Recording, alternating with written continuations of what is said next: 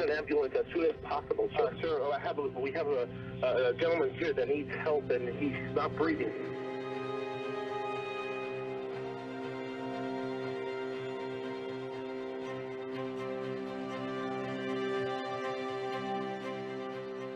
You're talking about Michael Jackson here. It was absolutely huge.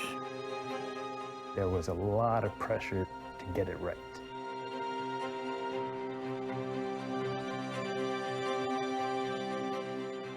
This isn't a man who should have died. He's not breathing yet. He's not breathing, and we're trying to pump him, but he's not. Okay. Okay, how old is he? He's 50 years old, sir. 50, okay. He's unconscious, he's not breathing? Yes, he's not breathing. When we were dispatched to a 50-year-old male, cardiac arrest, we think this is a viable patient. This is someone, if we get to in a timely manner, we can save. And then when I enter this room, opulent room with medical equipment in it, I realize there's something unusual here. What 50-year-old male would be laying in bed at noon with medical equipment? We're not looking at the patient at that moment, until my partner did. He looked up and whispered the name, Michael Jackson. When I realized who it was, I was surprised. We had no idea he was there. None of us had any idea who was living in our neighborhood. Did anybody witness what happened? No, just the doctor, sir. There was a man with our patient who identified himself as the doctor. And as such, I immediately asked him some information. What had happened? How long has this been going on? And he told me then that it had just happened. This was a patient to me that it seemed that he had not just passed away, that some time had gone by before we were notified. And in fact, later, when you're reflecting on this call, the days, the weeks, the months afterwards, one of the greatest regrets that all of us had was that we had not been called sooner.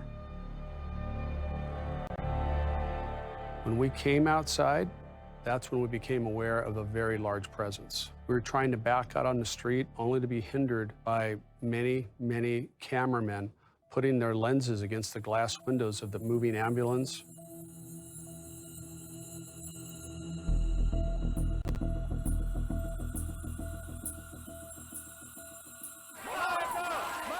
People seem to forget or don't realize about this investigation. It was a death investigation. It really wasn't a crime at the time.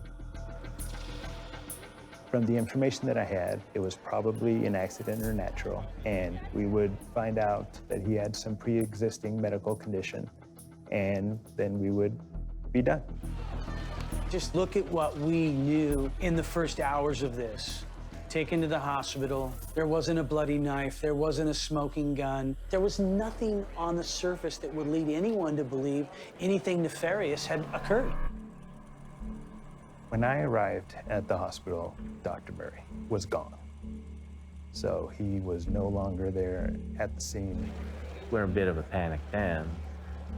The one person that was in a room with them at the time that everything happened is no longer at the hospital. There were several attempts right away to get a hold of Dr. Murray that were negative, that they were going to voicemail.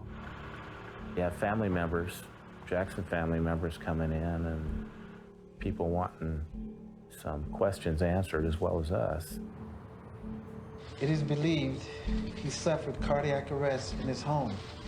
A team of doctors, including emergency physicians and cardiologists, attempted to resuscitate him. The emergency room physician, they believed it was a heart attack, partly because of what Mr. Murray had told them. Never told them anything about any other narcotics or anything. They just believed he had had a heart attack and stopped breathing.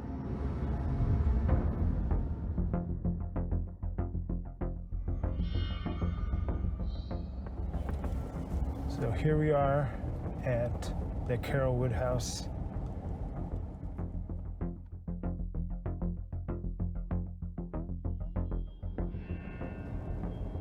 That day, by the time I got here, we had to block off this side of the street the entrance side of the street, and it was full of media vans. We had never seen anything like it. I had never seen anything like it.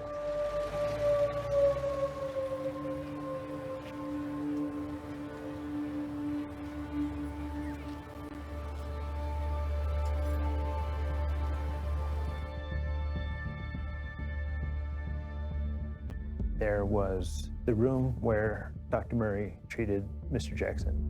And then there was a locked room, which was Mr. Jackson's bedroom. There's a fireplace in the room and it was roaring. So the room was very, very hot. There were like Post-it note or pieces of paper taped all over the room, on mirrors, on doors, with little slogans or phrases. I don't know if they were lyrics or thoughts, or some of them seemed like poems. The bedroom was a mess.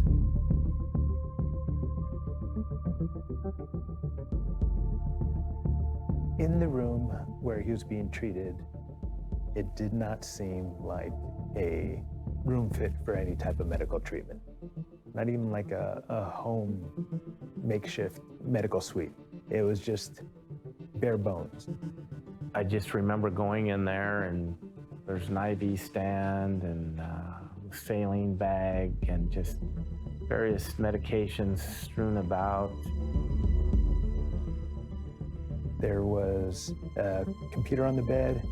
There was a lifelike doll on the bed. And it's kind of like advertisements of pictures with babies. Everybody knew about the allegations that had been leveled against Mr. Jackson over the years. One of the things when I saw the laptop on the bed, do I go into it? But you have to realize the type of case I was investigating. When you get, hold of an investigation, you have to kind of whittle out what is and what isn't. It's like with any case, you don't allow whatever the victim was into prior to his death. Your investigation is focused on how did he die and who was responsible for it. In the room where he was being treated, a bottle of propofol had fallen on the ground and rolled under this moving nightstand. I didn't know what it did. That ended up being a huge deal later. I had no medical background whatsoever.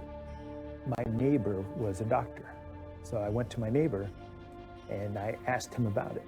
And my neighbor was the one who got it started of, whoa, what is this doing here? This is only used in surgeries. This is used to put people under.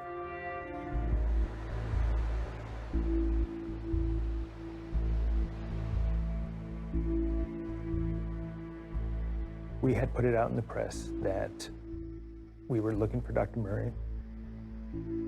We still didn't think that there was anything criminal going on.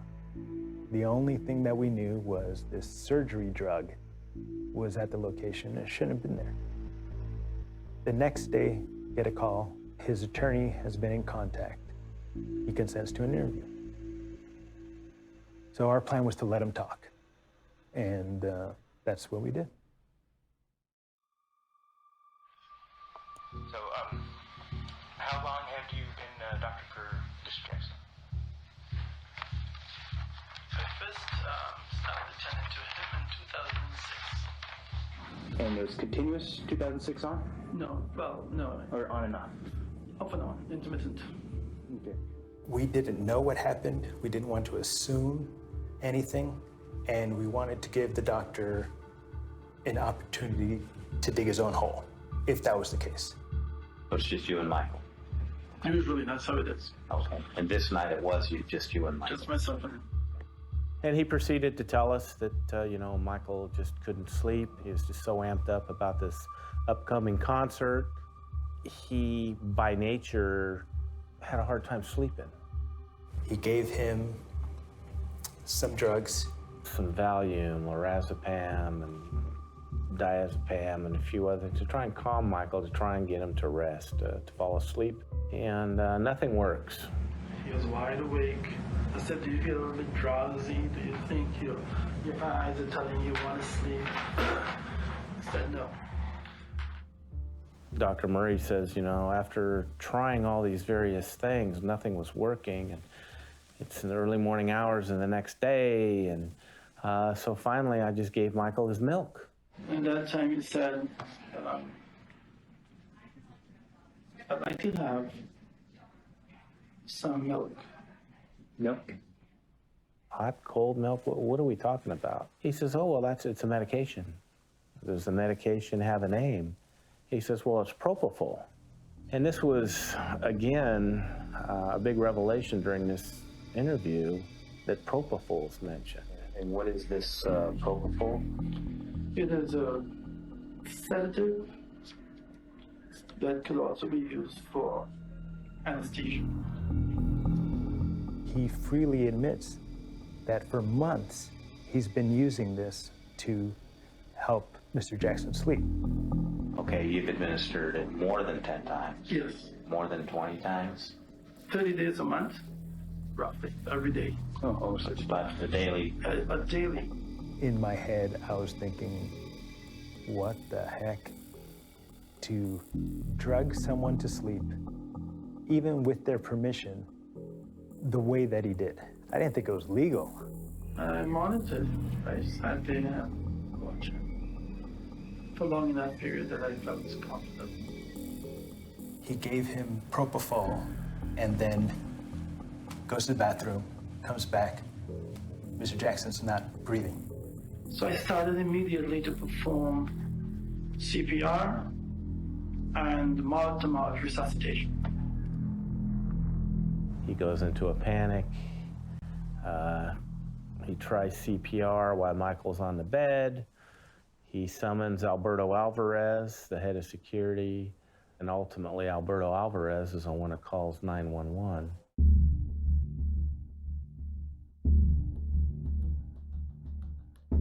When we reviewed the CCTV at the mansion, we saw that he carried in a bag with him. And also the family and the security staff told us he would always carry a bag with him. When he went to the hospital, he did not have the bag with him. The biggest aha moment was when I had asked Dr. Murray where his bags were.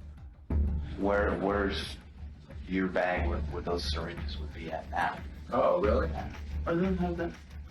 I thought you left it there. He was assuming that we had it. You haven't got my bags?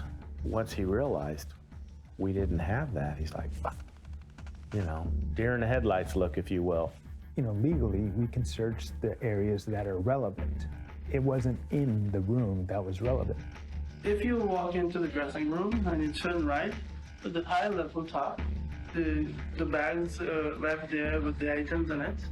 You know, in those moments, people aren't their sharpest. They're not thinking the best. So it's our job to take those little mistakes that people make and build a case on them. First thing Monday morning, went to the house, went to where Dr. Murray had said that the medical bag was. Different room, in a closet, in a cubby above the closet, and recovered the bag. We recovered a treasure trove of evidence from Murray's doctor's bag. We found a bunch of more medicines that he had used, like propofol and lidocaine. One of the other things that we found was we found all the waste, all the trash, the needles, the empty bottles, the stuff that when we went into the room should have been laying around. So we knew that sometime during this medical emergency, Dr. Murray had stopped either giving CPR or had waited to give CPR and cleaned up everything. So we're thinking, what could be the reasons for that? Within 48 hours, it appeared that it was a suspicious death in the sense that there was something more than just an overdose. If your goal is to preserve the life of the person that you're giving CPR to, why would you pause that to pick up trash unless you're trying to hide something? If he wouldn't have told us where it was, or if he would have taken it with it, we wouldn't have had it. We would have lost that element of the hiding, the trying to cover up. We were now looking at Murray. He was behind the death.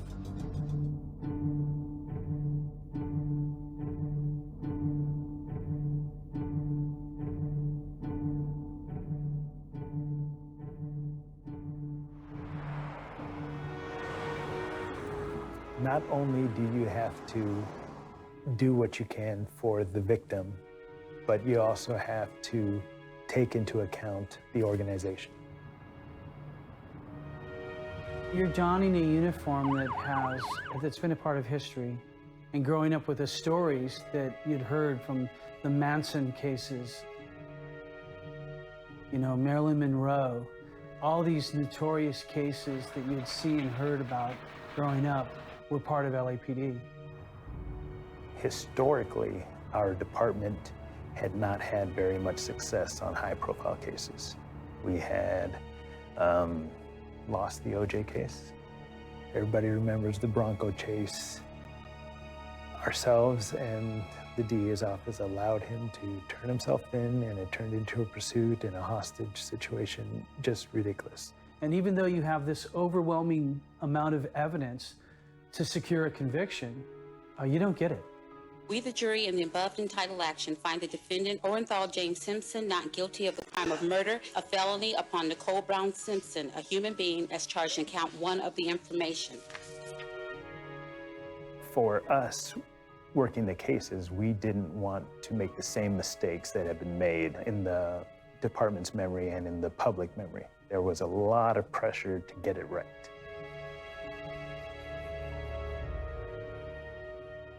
Me personally, I thought that it was going to be horrible.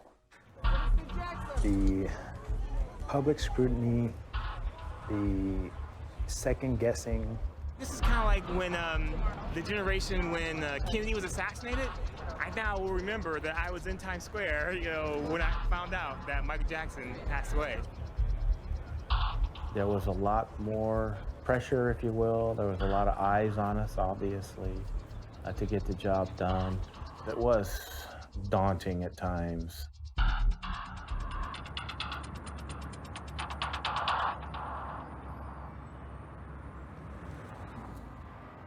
When I showed up to go into the autopsy, you know, they had a little cover over the window, and they're looking to make sure it's just me and no one else is around, and they open the door and they usher me in right away and close the door and lock it. And I'm like, oh my gosh, you know, we're in a controlled environment. This is your office. This is a coroner's office. So what's the problem? Everything had been cleared out of there. I remember it being close to 5 hours long. It was extraordinarily long. The thing that was odd that I found myself periodically looking at was, you know, his head, his scalp. Because whenever he's out in public, he's wearing a wig.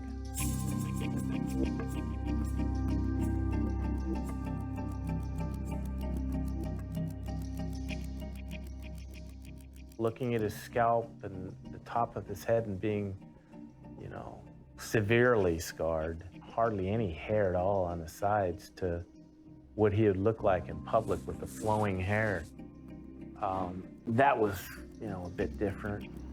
Not defending his use of prescription medicine by any means, but, you know, when you experience something like that, it kind of opens up the door for painkillers and whatever else that may lead to. But other than that, it truly just, let's do this and get it done, yeah. Blood is drawn, and then that blood is sent to a toxicology unit.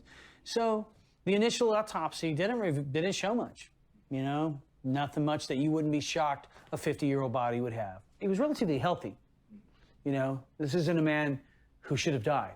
While an official cause of death has yet to be determined, the coroner's office says it has everything needed to make a ruling on why Jackson died. We're still waiting for the toxicology reports and the completion of all the reports that are coming in. When the body was removed, It was weeks went by, and we kept asking, when are we going to hear from toxicology? When are we going to hear? We had a death, but we didn't have a criminal death yet.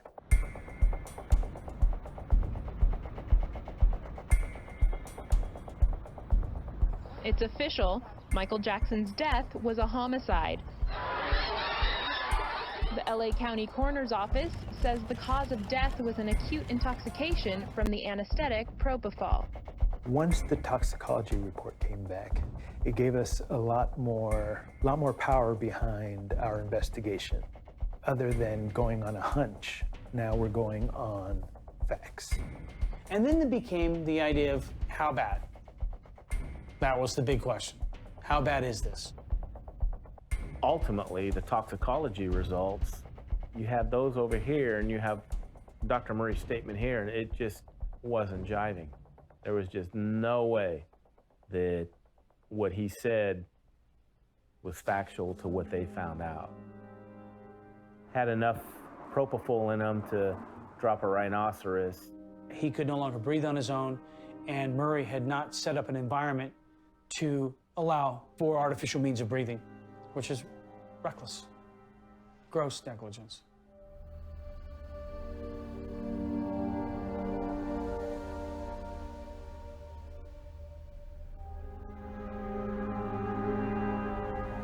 This is a bottle that people pee into when they're bedridden. This was found at the bedside and it was full. He used the restroom without having to get out of bed. What it made us think was that he was completely incapacitated, that someone was caring for him to that extent. Seeing things like this, I realized that he wasn't being helped to fall asleep. He was being kept under. As a consequence, not having the strength or the ability to get up and go to the restroom, just take care of business and continue sleeping.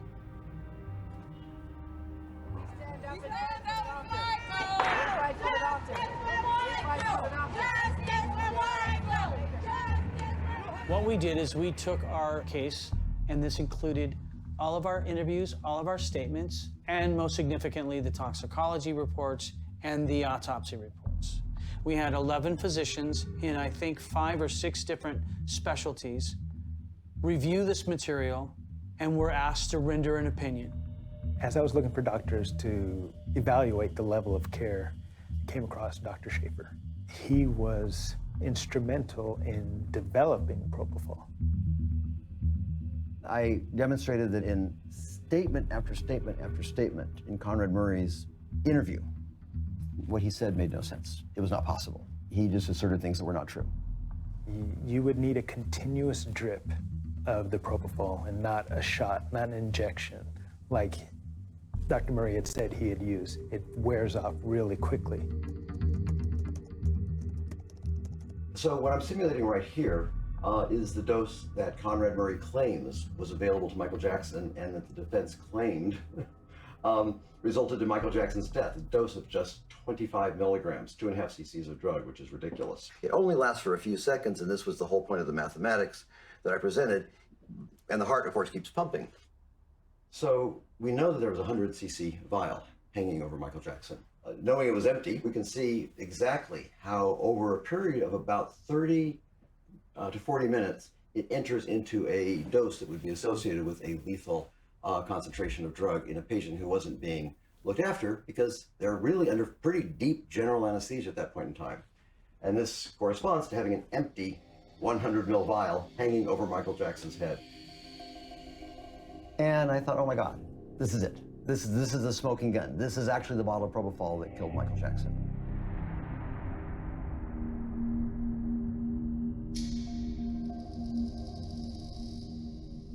What we discovered was one of the IV bags had been emptied.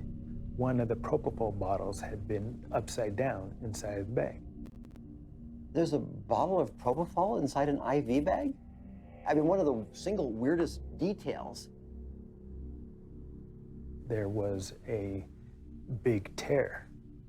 A pike or a needle that is large would have broken the top of the propofol bottle so that it could drip freely down. Basically, Murray was using the saline bag to hang the bottle of propofol from the stand, but also, I think, to hide it, because he didn't want anybody to know he was using propofol. So to get an idea of just how crazy this is, the anesthetic drugs are all dangerous. There is really no access outside of the healthcare setting. We have pumps that are set up, they're precisely calibrated, and we precisely control the dose. He had an IV line that coming down from here, and it's got a little roller clamp on the side. You just adjust this little roller clamp. It's a gravity-fed system. There's very little control on the rate of the drug, and that's what he was using. It's insane. Nobody trained in propofol administration would not precisely control the infusion rate. Nobody trained in the use of propofol would ever walk away from a patient who is receiving propofol as a continuous infusion. Physicians with no training in anesthesia have no business giving propofol. So at that point, we knew this was not an honest mistake, but that this was on purpose bad medicine. An MD degree is not a license to do whatever the hell you want to do and just think you can get away with it.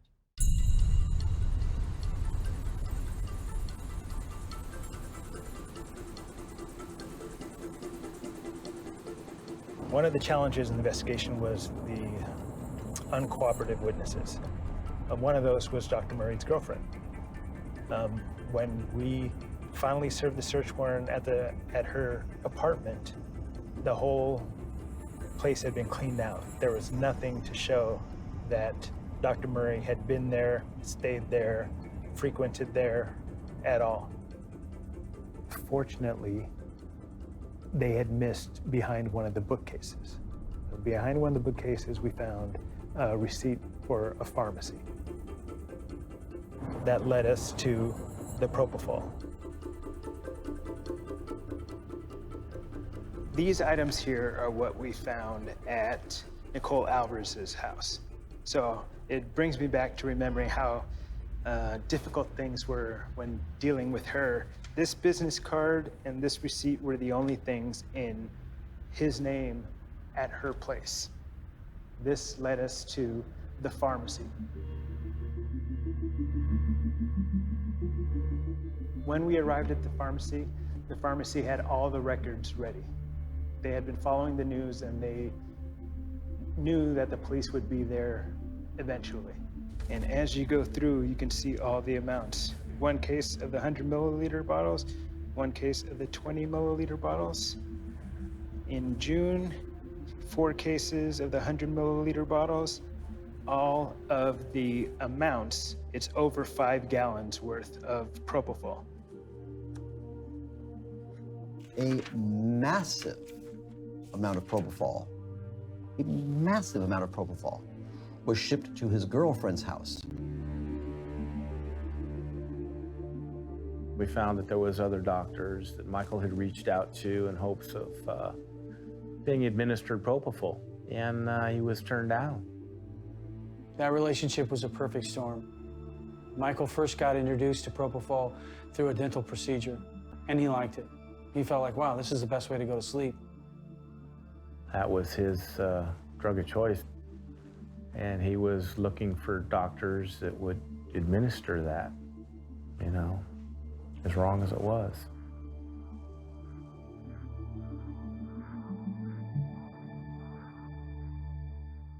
Usually you think of a doctor as someone very successful and ethical and distinguished. Why they would risk a patient's life for anything. What would make it worth it?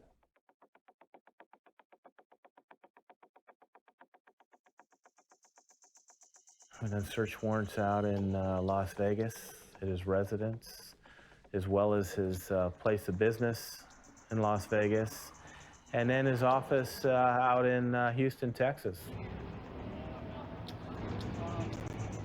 We get into finances, we get into business dealings, and his relationships. We executed a search warrant in the Armstrong Medical Clinic this morning with members from the DEA and the Houston Police Department, and we are from LAPD Robbery Homicide Division. He had several children. We would learn several of them by several different wives. He would go out to places of adult entertainment and spend outrageous amounts of money. He would put on a show and not be able to support it financially. He would leverage his closeness to a celebrity to manipulate young women into relationships with him. We knew that he had purchased a home in October in Las Vegas for over $1 million, and his mortgage was $10,000 a month. And he had stopped paying it.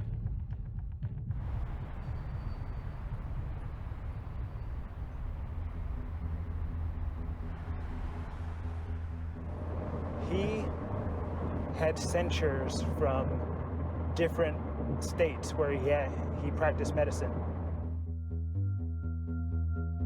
With these different medical boards, they sent us the files of the complaints and the penalties that they would impose on Dr. Murray when he would violate their rules. We saw a pattern of sloppy behavior. A private physician to Michael Jackson, and here he is, just an absolute mess, you know? Yeah, surprising.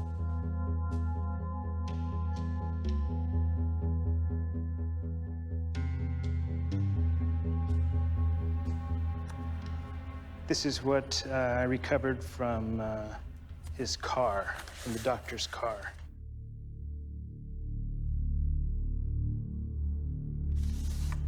This was the contract as we first found it. The agreement between Dr. Murray, AEG, and Mr. Jackson. The producer shall remit payment to Dr. Murray in the amount of $150,000 per month. So this is where the money came into it.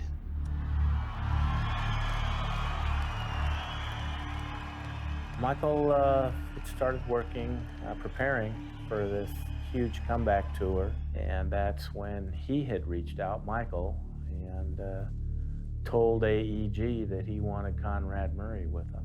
And initially, AEG's like, you know, London's not a third world country. They have fabulous doctors over there. What do you need your own physician for?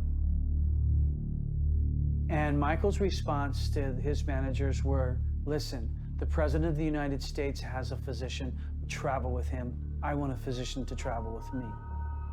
Dr. Murray agreed to go ahead and accompany him and provide Michael with what he wanted. So he needed this gig with Mr. Jackson either to pay off or to keep up with his debts. He had the right motive. He needed money.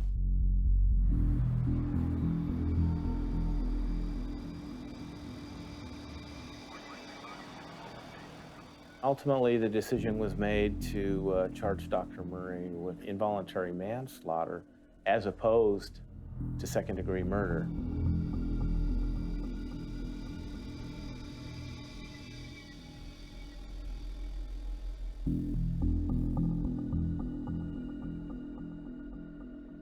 The DA's office didn't want another high-profile failure. It was an election year for the district attorney. I think it was I don't want to say the lazy way out, but again, a manslaughter charge was, you know, the path of least resistance. The family wasn't happy with it at all. Mrs. Jackson was just beside herself that it wasn't going to be a second-degree murder filed. We felt the evidence suggests that it was a second degree. The level of his negligence was just so clear that we thought that it would apply. We do not charge people. We investigate the case and we present it. We were not happy with the choice, but we deal with what we can and we move forward. What I felt a little pressure, I guess, is when it came time to arrest Dr. Murray. We wanted to see Murray in handcuffs, and I think a lot of, people wanted to see him in handcuffs. His attorneys didn't want Dr. Murray to be seen in handcuffs in public, because that's not good for his image, and neither is killing somebody, but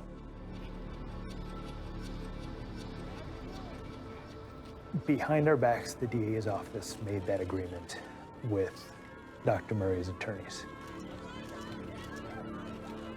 the doctor turned himself in, voluntary surrendered. You know, I'm of the opinion that regardless of who you are and what walk of life you come from, if you've done wrong, then you need to answer for that.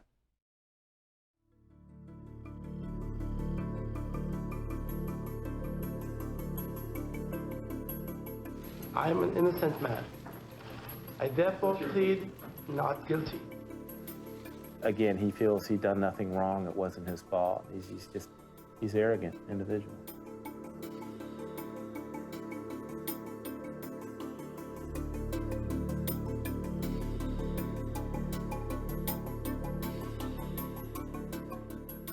Conrad Murray figuratively and literally abandoned Michael Jackson. We looked at Murray's phone records. That was a big, huge piece. We could see Murray on his phone at certain times. He left this vulnerable man filled with Valium and midazolam and lorazepam and propofol with no medical monitoring equipment, no necessary resuscitative equipment. He left him there, abandoned him to fend for himself. So as far as stepping away for a minute and going to the bathroom and coming back and, oh my gosh, Michael's dead, no. He was sending emails, reviewing a contract, and he was also on the telephone with various people. While he was on the phone, he realized that Mr. Jackson was not breathing. I heard mumbling of voices. It sounded like the phone was maybe in his pocket or something. It was shh, and I heard coughing. We looked at the timelines of when the 911 call was, I think, around 20 to 25 minutes after that call with Sade ending. Mr. Murray started cleaning up the mess that he had left, covering up the medical treatment that he was giving, put that away, called for help from security, directed them to call 911 while he gave ineffective one-handed CPR, and then traveled to the hospital with Mr. Jackson. Dr. Murray fled the hospital before we arrived, waited a couple days to get his story straight, and ultimately was prosecuted for his conduct. We, the jury in the above entitled action, find the defendant, Conrad Robert Murray, guilty of the crime of involuntary manslaughter.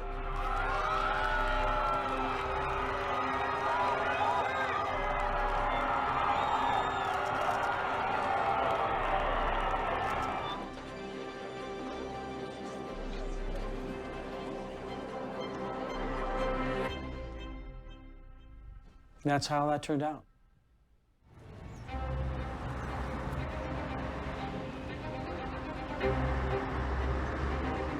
Should it have been a second-degree murder? Yeah, I think it could have been. Unfortunately, that is not a choice that we were able to make.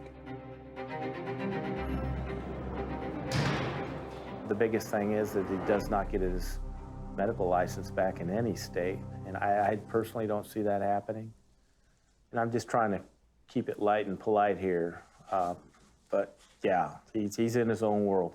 He's in his own world, Dr. Murray.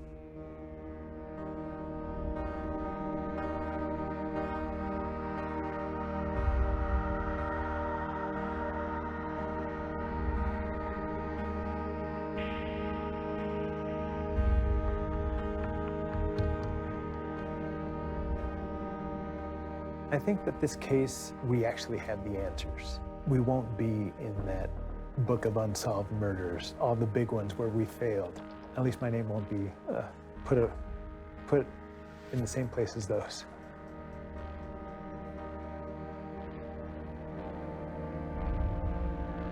It's something I'll never forget, obviously, the rest of my life. One hell of an experience.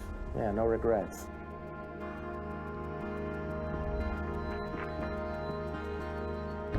In big cases like this, sometimes, you know, friendships can really dissolve. But not in this case. It was, we all lived happily ever after.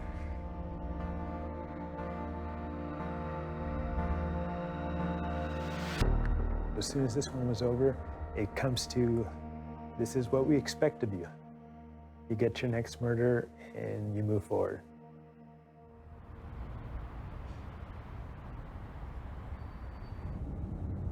About 4 years after the trial, I was driving home from work.